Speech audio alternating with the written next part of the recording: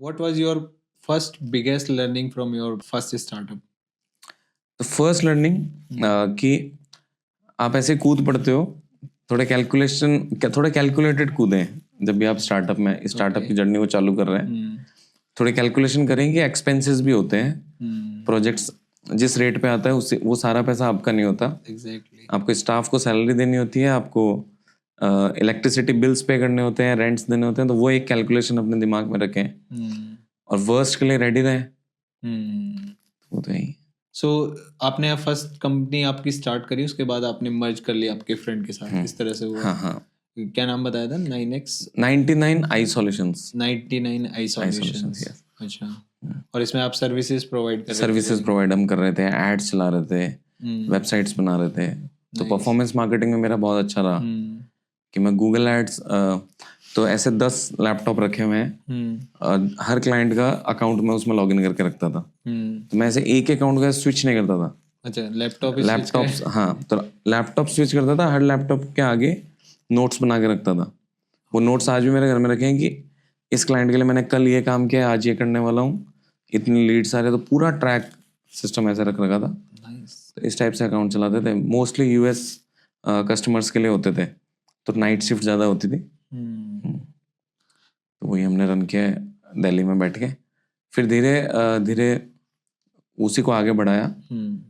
और फिर मेरे को एक प्रोजेक्ट में आए थे, एविस इंडिया, एक एमएनसी। हाँ, ओके। तो उसके लिए कार रेंटल कंपनी है, वर्ल्ड वाइड लगभग आई थिंक 150 कंट्रीज में सर्व करते हैं। तो उनकी वेबसाइट और ऐप को पूरा डेवलप किया एज अ प्रोजेक्ट मैनेजर। अलग अलग एजेंसीज थी, अभी तो ये आईपीओ पे आया मैप माई इंडिया का, उनके ऐप बनाते थे।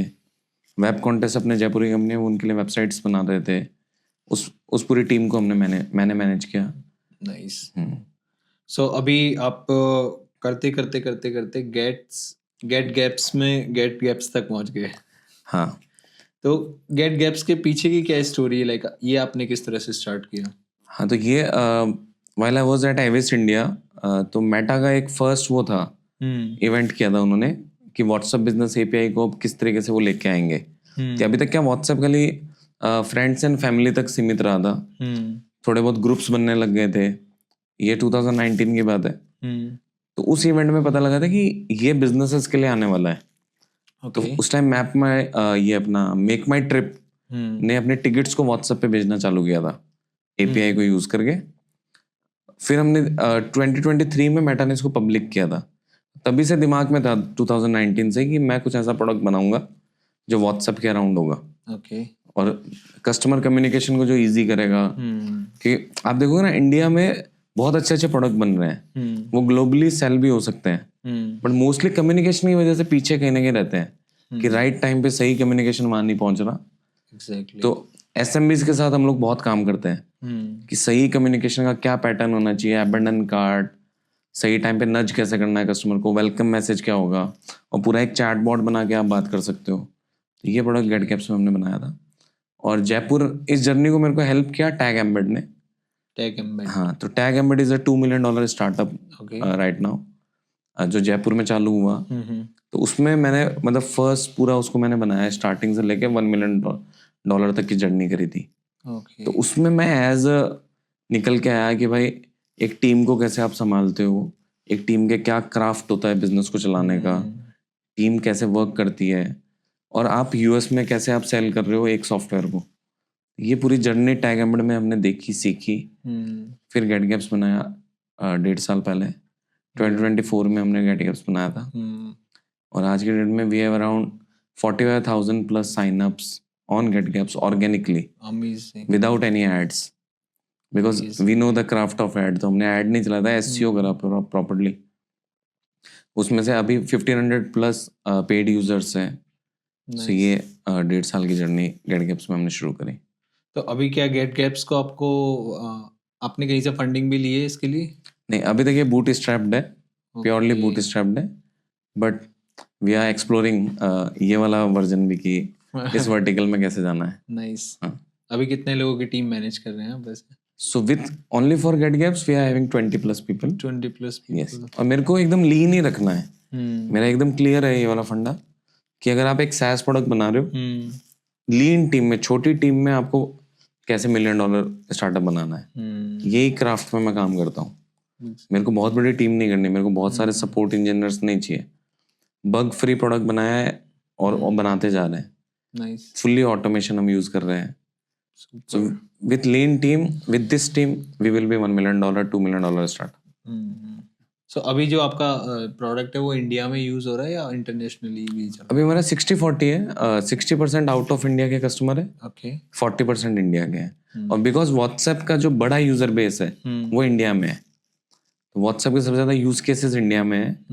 तो इंडिया में 40% मार्केट हमने अभी कैप्चर कर रखा है। मेजरली आप देखोगे लैमा, मतलब USA, Canada, Saudi, UAE, Australia, हर कंट्री से हमारे पास कस्टमर्स हैं। और इवन लास्ट मंथ तो हमने कनाडा में ही कंपनी रजिस्टर कर दी है, और कनाडा में जो हमारे को फाउंडर वो कनाडा ही बैठते हैं। तो उस मार्केट को बहुत अच्छे से हम कैप्चर कर रहे हैं। एनी रीजन कनाडा में क्यों रजिस्टर की? रीजन तो ये था कि मतलब जो को फाउंडर है वो उनके पास कनाडा का पीआर है, तो इसलिए कनाडा। और बाकी बिकॉज इंडिया में क्या सब्सक्रिप्शन पेमेंट्स का बड़ा इशू है। अगर आप इंटरनेशनली पेमेंट ले रहे हो तो आपको कहीं ना कहीं बाहर एक कंपनी रजिस्टर करनी होती है, क्योंकि स्ट्राइप या आप टू चेकआउट या ऐसे कुछ आप यूज करोगे तो अच्छे जो पेमेंट गेटवे सॉल्यूशंस है वो वहीं पे अवेलेबल है आउट ऑफ इंडिया। एग्जैक्टली। सो 1.5 साल में आपने गेट गैप से अभी तक कितना रेवेन्यू तक पहुंच चुके हो? रेवेन्यू तो एग्जैक्ट रेवेन्यू पे मैं भी नहीं बताना चाहूंगा। अभी हम लोग इन्वेस्टर वाले वर्टिकल में जा ही रहे हैं, बट ये है कि 1500 प्लस पेड सब्सक्राइबर्स हैं हमारे अभी तक। और जैसे मैंने बताया कि साइनअप्स जो 45,000 है, and now exploring for ads, market and all. So अभी इस पूरी 1.5 साल की जर्नी में, या फिर आपकी पूरी जर्नी कितनी हुई? गेट गैप्स की 1.5 साल की। गेट गैप्स की 1.5 साल की ना। सो अभी पूरे 1.5 साल की जर्नी में कभी आपको ऐसा महसूस हुआ किसी पॉइंट पे कि यार अब तो सब खत्म होने वाला है? भाई रोज होता है, एवरी डे आपको ऐसे है ना, मतलब रोलर कोस्टर वाली राइड है। आप जब अपनी टीम के साथ बैठते हो तो आपको लगता है कि आप $1 मिलियन तो के लिए तो आप पैदा हुए हो, वो तो है। 100 करोड़ के लिए तो मतलब आपका जन्म ही हुआ है, ऐसा लग रहा होता है। फिर एकदम सडनली आप जब अकेले होते हो, सोच रहे होते हो, तो आपको लगता है कि नहीं हो सकता है कि कहीं कुछ मिसिंग ना हो जाए, कुछ छूट ना जाए पीछे। तो रोज होता है ये। फाउंडर की जर्नी में ये हमेशा होगा कि आप घर से ऑफिस की तरफ आ रहे हो ना, रास्ते में एकदम से लहर आएगी कि यार क्या चल रहा है लाइफ में, इस महीने सैलरीज कैसे देंगे 10 तारीख को, कैसे आप पूरा मैनेज करोगे इतने एक्सपेंसेस वगैरह। ऐसा होता है, कई बार होता है। लाइक मेरे साथ भी होता है। कभी माइंड के उस वाले हिस्से में टैप कर जाते हैं ना कि अपन को अपनी जो बिजनेस वाली फैमिली है उसकी टेंशन होने लग जाती है। तो फिर इंसान को सेल्फ डाउट होने लग जाता है कि यार कर भी पाएंगे या नहीं। टीम के साथ होते हैं तब तो वो एक्साइटमेंट रहती है, एनर्जी रहती है, लेकिन कभी जब अकेले बैठकर सोचते हैं तो उस पॉइंट पे लगता है कि यार कर भी पाएंगे या नहीं, या अगर नहीं हो पाया तो क्या होगा। ये सारे सेल्फ डाउट आते हैं, और ये डेली आपको इनसे डील करना सीखना पड़ेगा। नहीं, इसका मेरा जो फॉर्मूला है वो बताता हूँ आपको। मैं ना जो बुक्स पढ़ता हूँ उनको जितना मैं पढ़ता हूँ ना उसको एग्जीक्यूट भी करने की कोशिश करता हूँ। तो मैं इसको कैसे करता हूँ, मैं 2-3 दिन के लिए कई बार ऐसा होता है कि मैं ऑफिस नहीं आ रहा, मैं कैफे में बैठा हूँ या किसी होटल में रूम बुक कर लिया, वहां पे आप बैठे हो 2-3 दिन, और थोड़े आप देखते हो कि यार सिमिलर माइंड्स कहाँ हैं, जिन्होंने कुछ अचीव किया है, उनको कॉल लगाने स्टार्ट करते हैं, उनसे बात करते हैं, तो आपको थोड़ा क्लियर होता है। और लास्ट और सबसे परफेक्ट मॉडल क्या है, कॉपी पेन लेके बैठ जाओ, अपनी डायरी खोलो, पेन लो और लिखो, इस वीक क्या करूंगा, अगले वीक क्या करूंगा, उससे अगले वीक क्या करूंगा। जैसे अभी ये क्लैरिटी निकल के आती है ना अगले 90 डेज की, तो अगले 90 डेज के लिए आप टेंशन फ्री हो जाते हो। आपको लगता है ये अचीव करना है, ये करना है, ये करना है, ये करना है। और नंबर्स पहले से डिसाइड रहते हैं, यार एक्सपेक्टेड रेवेन्यू ये होने वाला है, इतना अचीव हुआ तो यू शुड बी हैप्पी, अगले महीने ये करना है, उससे अगले महीने ये करना है। तो वीक बाय वीक प्लान बना लो, तो स्ट्रेस कम होगी। अदरवाइज तो अगर रैंडम चल रहा है मामला तो एकदम से लगेगा कि यार गिर जाएगा, बट अगर प्लान है तो लगेगा कि नहीं, we are going according to the plan, कर लेंगे।